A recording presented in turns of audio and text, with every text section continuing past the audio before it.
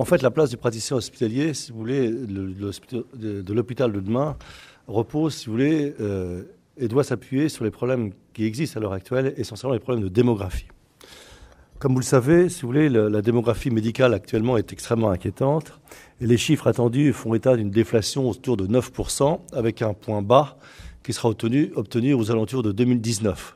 On espère qu'avec le numerus clausus actuel et, si vous voulez, les sorties en termes d'ECN des années à venir, de récupérer une densité médicale appropriée à la population aux alentours de 2030. Ce qui fait que nous n'avons pas touché le bas et l'optimum, ou du moins, si vous voulez, un niveau plus satisfaisant, est attendu autour de 2030. Donc c'est une situation qui est extrêmement critique, sachant que chacune des disciplines qui constituent la médecine vont être touchées de manière relativement différente. Médecine générale, par exemple, 7% de déflation en moins, sachant que, vous le savez, qu'il existe une densité extrêmement variable d'une région à l'autre par rapport en France, et que même au niveau des régions, si vous voulez, les mieux loties, il existe des disparités extraordinaires entre, par exemple, je pense à la Provence-Côte d'Azur, entre la frange côtière, si vous voulez, d'une vingtaine de kilomètres et ce qui existe dans l'arrière-pays, avec des chiffres de pauvreté, si vous voulez, médicale, absolument extrêmement inquiétants pour les 10 ans à venir. C'est vrai donc pour la médecine générale, mais c'est vrai aussi pour les spécialités médicales, les spécialités chirurgicales, avec des disparités, si vous voulez, relativement importantes d'une discipline à l'autre. Chiffres attendus relativement inquiétants, si vous voulez, pour l'anesthésie-réanimation, pour la psychiatrie, pour la gynécologie obstétrique, sachant, si vous voulez, qu'on espère que, là encore, une normalisation des chiffres autour de 2030. Ce qui fait que ces années de pauvreté, ces années de pénurie, de vaches maigres, vont être extrêmement importantes. Et il est clair que dans la situation à venir, la densité et la régulation de l'installation des médecins en France va être difficile, sinon précaire. Alors maintenant, effectivement, si vous voulez, ce problème d'installation qui existe, si vous voulez, pour le secteur privé, va toucher aussi de plein fouet le secteur public.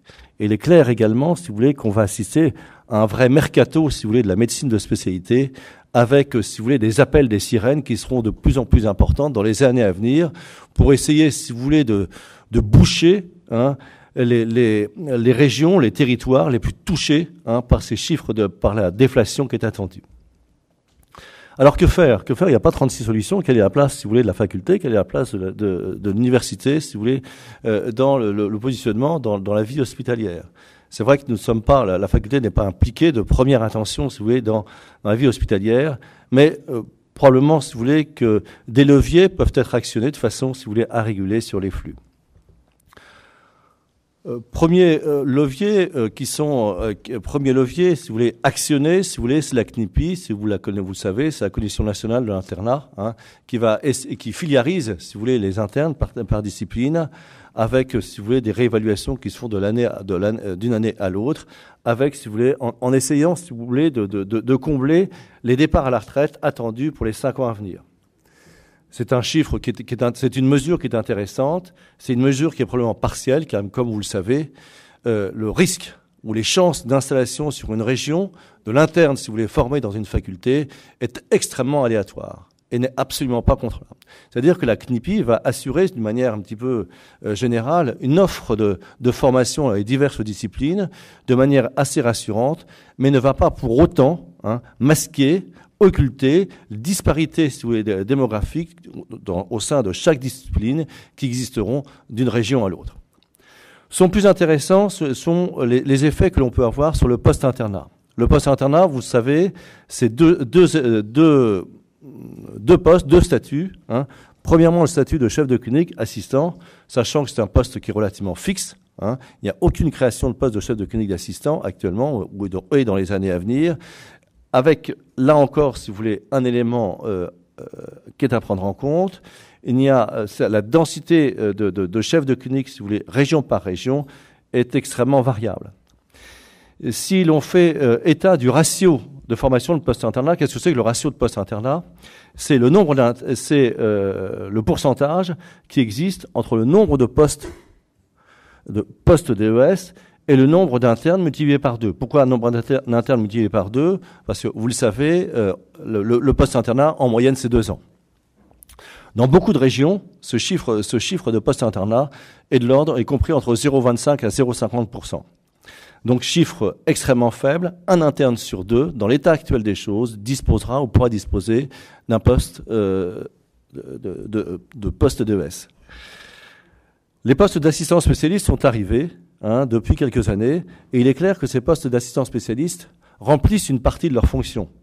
Ils ont augmenté, si vous voulez, l'offre de formation, la capacité de seniorisation et de mise en autonomie, si vous voulez, des internes qui sortent de leur cursus de manière importante, en moyenne 0,25 à 0,30%. Ce qui fait que, en moyenne, sur toutes les régions françaises, on peut estimer, si vous voulez, que l'offre de post-internat à l'heure actuelle est aux alentours de 0,70%. Sachant que là encore, il existe des disparités extrêmement importantes, toutes statuts confondus, entre certaines régions. La région la mieux dotée étant l'Île-de-France, les régions les plus pauvres étant les régions situées, si vous voulez, dans le centre et au niveau de l'interrégion nord-ouest. Pourquoi ce poste-internat est-il important? Ce poste-internat est important, en particulier les postes d'assistants spécialistes, car ils vont déboucher sur des formations qui seront assurés au niveau des centres hospitaliers généraux, centres hospitaliers.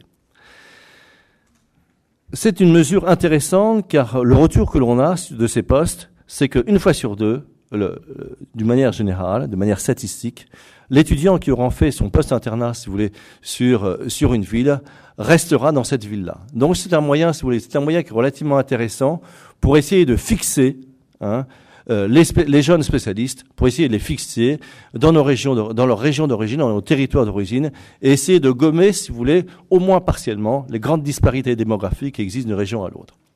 Maintenant, une fois que cet assistant spécialiste s'est installé et va obtenir, si vous voulez, d'une manière générale, un poste de praticien hospitalier, quels sont les moyens pour essayer de le garder, de le fidéliser, de le fixer sur place? Il est clair que là encore, si vous voulez, le vagabondage existe et qu'à l'heure actuelle, le vagabondage n'a jamais été aussi important. On peut très bien faire quelques années de praticien hospitalier dans une région et partir sur d'autres. Certaines régions sont plus attractives sur d'autres et participent, si vous voulez, à la force du vagabondage qui existe chez les plus jeunes. D'autres éléments vont intervenir. La féminité, vous savez que 55 à 60%, si vous voulez, des médecins formés à l'heure actuelle sont des femmes. Donc il y a le problème du conjoint, le problème de la vie de famille. Et enfin, il y a les problèmes, si vous voulez, de migration obligés du fait des aléas de la vie. Ce qui fait que la maîtrise, si vous voulez, de la destinée et la fixation des postes de praticiens hospitaliers est extrêmement difficile. L'attractivité du poste est donc un élément essentiel, et c'est vrai qu'à côté de l'activité médicale proprement dite qui existe dans le CHU, qui existe dans les centres hospitaliers, cette activité médicale, et l'ambiance générale qui peut exister est un élément qui est tout à fait prégnant, est un élément qui est tout à fait essentiel. Quand on fait, si vous voulez, on l'a fait à Rouen, quand on fait un petit peu l'expertise des chefs de clinique qui sont partis, si vous voulez, s'installer dans le privé, il est clair que ce n'est pas, si vous voulez, les perspectives de cursus professionnel qui sont l'élément le plus important. C'est vrai qu'on entend régulièrement dire un radiologue entre le privé et le public, il n'y a pas photo, il n'y a pas de différence. Mais même en radiologie, même chez les anesthésistes réanimateurs, le delta financier qui existe entre une carrière dans le privé et une carrière dans le public n'est pas aussi prégnant que cela. Et l'élément le plus important, c'est la qualité de la vie professionnelle. La faculté dans la qualité de la vie professionnelle dans un centre hospitalier peut intervenir. Vous le savez depuis des années, le numerus clausus explosant. Je vois par exemple dans notre faculté de Rouen, on est passé de 90 à près de 225 étudiants en médecine, donc en deuxième année. Donc il y a obligatoirement des problèmes de formation. Depuis quelques années, si vous voulez, ces étudiants hospitaliers, à partir du DCEM2, DCEM3 et DCEM4, vont faire une partie de leur stage hospitalier dans les centres hospitaliers. Il est clair que le retour que l'on a de cette migration, de cette irrigation des centres hospitaliers par des étudiants qui apportent leur candeur, leur intérêt, et puis qui, pour les médecins des centres hospitaliers, Bon, je pense que c'est un argument, c'est quelque chose de relativement fort de partager ces connaissances avec les jeunes étudiants. Je pense que cette coexistence qui existe pour l'instant uniquement, si vous voulez, dans le public est un élément qui est intéressant et qui peut contribuer à améliorer la qualité de vie professionnelle dans les centres hospitaliers. C'est vrai pour les étudiants en médecine, mais c'est vrai aussi pour les internes. Vous savez, à l'heure actuelle, tous les internes de médecine générale, les internes de médecine de spécialité, les internes de chirurgie vont obligatoirement faire une partie, si vous voulez, de leur cursus dans les centres hospitaliers. Donc tous ces éléments, en particulier l'élément de la formation, est un élément qui nous semble absolument essentiel pour apporter un élément d'activité professionnelle supplémentaire, mais extrêmement attractif, si vous voulez, au niveau des centres hospitaliers. Troisième et dernier point, la recherche. La recherche, pour l'instant, mais si vous voulez, elle a considérablement évolué. Elle est extrêmement évaluée à l'heure actuelle. Et vous savez que la recherche, en fait, elle se partage, soit une recherche, si vous voulez, institutionnelle dans les grands organismes, INSERM, CNRS, etc., soit aussi une recherche clinique qui est faite dans les différents services de spécialité. Il est clair qu'avec la loi HPST, que le réseau mis en place, il est clair que l'élément recherche peut aussi irriguer, si vous voulez, les centres hospitaliers. Actuellement, si vous voulez, parmi les éléments déterminants de la recherche clinique est le problème de la cohorte de patients, etc. Et un travail partagé au sein d'une même discipline, au sein d'une même spécialité, si vous voulez, entre le service, entre guillemets, universitaire, parce que, si vous voulez, le CHU fait partie, et la faculté font partie généralement du même réseau, et les centres hospitaliers, est un élément dynamisant, qui trouve également sa place dans la vie professionnelle du praticien hospitalier de demain. J'en veux pour preuve, actuellement, je vous parle de ce que je sais, c'est à Rouen, par exemple, certains praticiens hospitaliers sont à plein temps dans une unité INSERM, en particulier neurogénétique, donc activité professionnelle à temps plein, si vous voulez, dans une unité de recherche, avec un retour, si vous voulez, pour les établissements qui est variable. Mais le mairie existe, les missions d'enseignement